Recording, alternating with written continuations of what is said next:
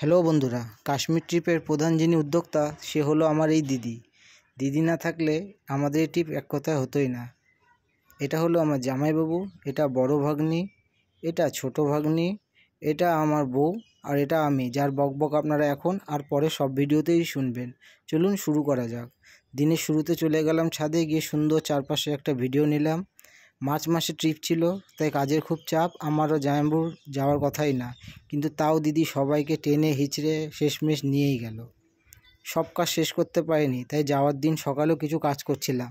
আমার কাজ হচ্ছে তৈরি মাল আসে সেগুলোকে মজবুত করার জন্য হ্যান্ডেলে রিপিট করে ওগুলো বান্ডিল করে আবার কারখানায় পৌঁছে দিয়ে আসতে হয়। তা মোটামুটি বান্ডিল আমি এখন করছি, করার পর এবার মালগুলো গাড়িতে লোড করব।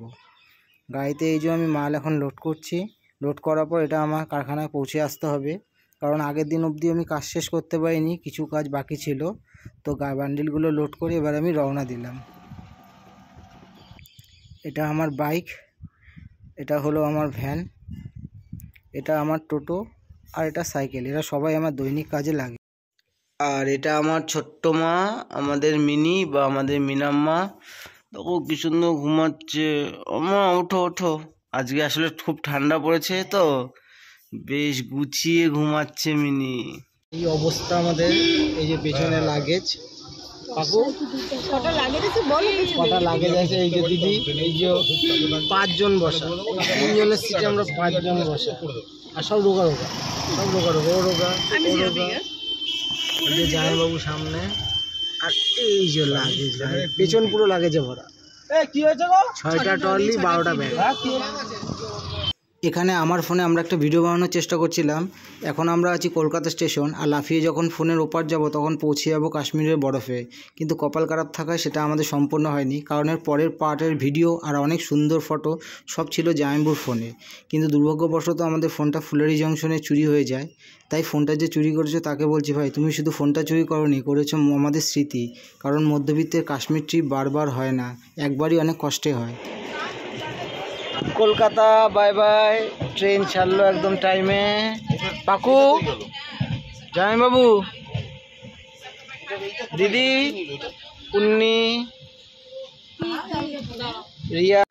আমাদের ট্রিপের প্রথম দিনে দুপুরে খাবার বাড়ি থেকে বানানো জিরা রাইস আর হচ্ছে ডিমের কোরমা। পাকু খাচ্ছে। পাকু কিচ্ছু দেওয়ায়নি আমাদের, সব বাড়ি থেকে নিয়েছি, যা দেবে নাকি কালকের থেকে। বড় মানা ভালো, ডিমের কোরমাটা ও বানিয়েছে, আর জিরা রাইসটা সব মা দিদি বানিয়েছে, পুন্নি দিদি। আর এই যে আমি, দেখা যাচ্ছে আমাকে। বাবা ঘুরতে এসেও চুল ঠিক করছে। এই যে বাসন আনি আমাদের বাসন মেজে নিয়ে যাচ্ছে, আর জামাইবাবু একটু পরে গেল, তাই আলাদা এই যে খাচ্ছে। ট্রেনের ভিউ চলতে একটু ট্রেনের মধ্যে আমরা চোর পুলিশ বাবু ডাকাত খেললাম, আর এটার রেজাল্টটা দেখি। আচ্ছা, আমি 14,800। ঠিক আছে,